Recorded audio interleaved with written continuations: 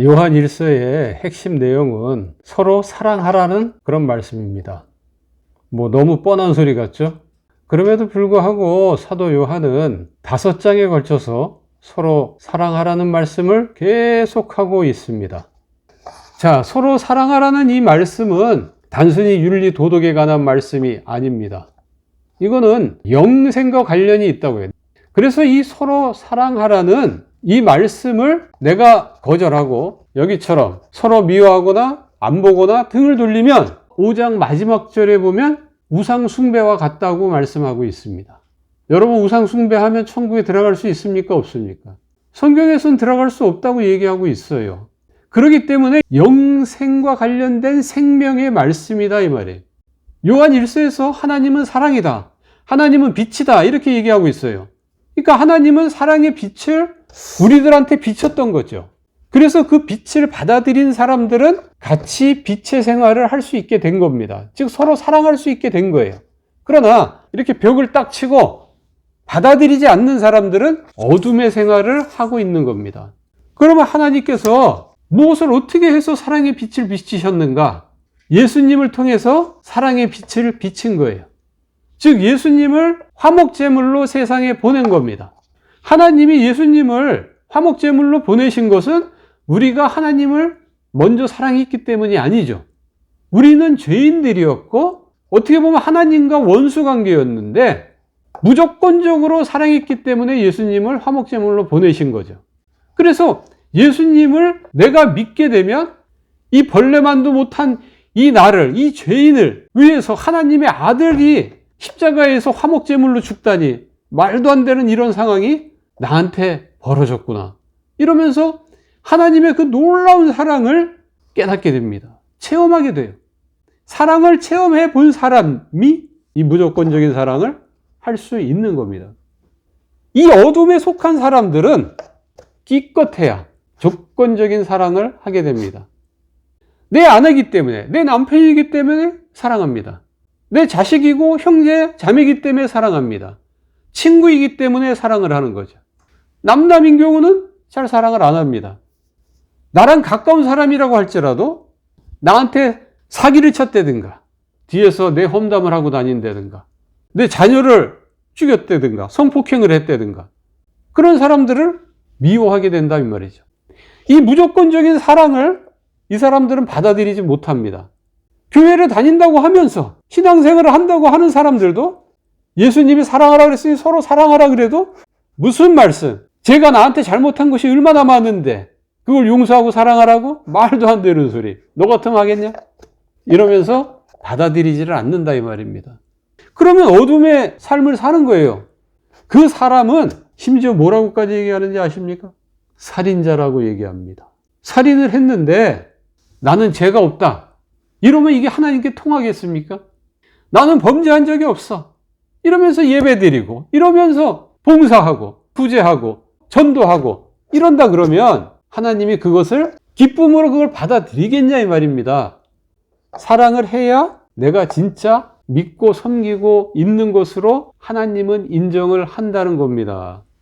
세상 말 들을 거 없습니다. 세상에는 거짓 선지자들이 있어요.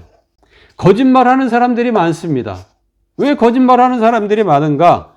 예수님을 믿지 않으니까, 진리가 그 마음속에 없으니까 거짓을 많이 말하게 되죠. 거짓말을 말하면은 또 그 거짓말을 나는 받아들입니다. 이 세상 사람들은 그러거든요. 너는 죄가 없어. 너는 잘못이 없어. 네가 그를 미워하는 것은 너무나 당연한 거야. 그가 너한테 얼마나 해를 끼쳤는데. 그가 너한테 얼마나 잘못을 저질렀는데. 그 거짓말쟁이 배후에 누가 있냐면은 마귀가 있죠. 사람들은 이 마귀의 말을 성령의 말보다 더 좋아해요. 성령은 진리의 영이에요. 진리는 누구냐? 예수님이죠. 예수님이 뭐라고 말씀했어요? 서로 사랑하라. 원수까지도 사랑하라 그랬잖아요. 그래서 성령은 계속 너는 사랑해야 돼. 미워하면 안 돼. 저 사람이 나한테 해를 끼쳤어도 피해를 줬어도 나한테 요구하고 저주를 했어도 너는 그래도 사랑해야 돼. 그럴 때일수록 더 예수님을 바라봐. 화목제물이신 그 십자가에 달리신 그 예수님을 생각해봐.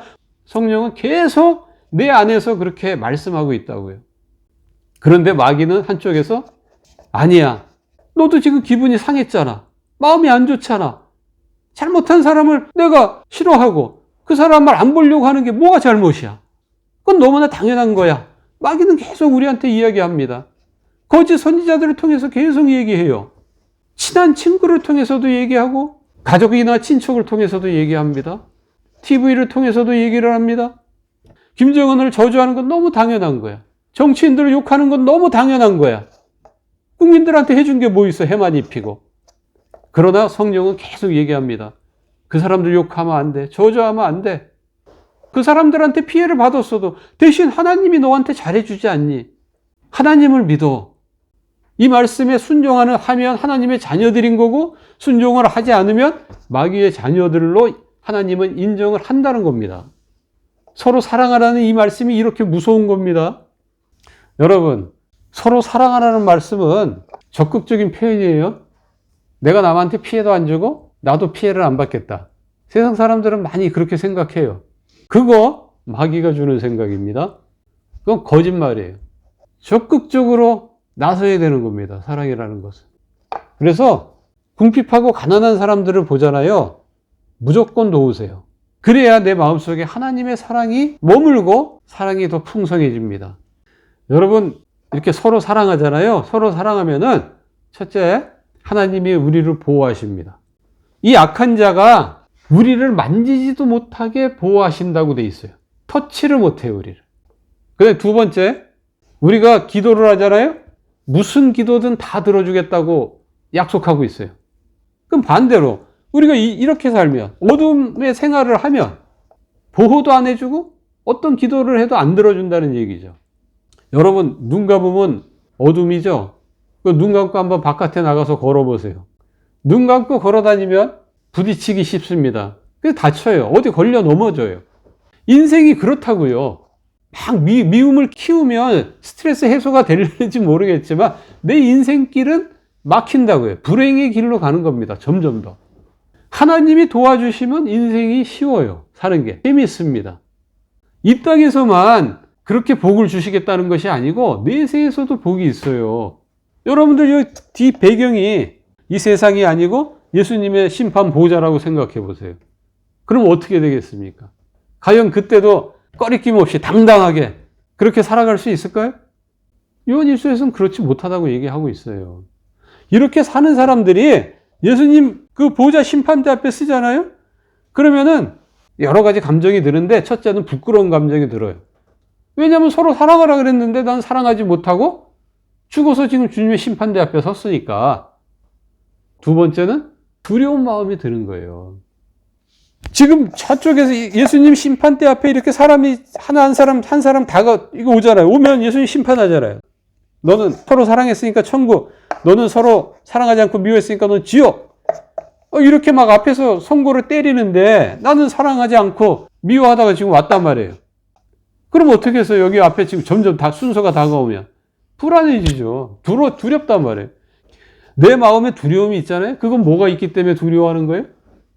천국에 못 가고 내가 지옥 갈까봐 본인 스스로가 증거하고 있는 거예요. 내가 지금 주님 앞에 이렇게 다가가고 있는데 이쪽 사람들은 예수님 앞에 다가가는데 이제 본다 내가 너무 좋아. 내가 꿈에도 그리고 사랑했던 이 예수님을 내가 진짜 본다. 그러니까 나를 어떻게 맞이해 주실까? 계시록에 보면 눈물을 닦고 일어서서 나를 맞이해 주신다고 돼 있는데 너무 기대가 되는 거예요. 이쪽 사람들이 예수님 만나는 게 너무 기대돼.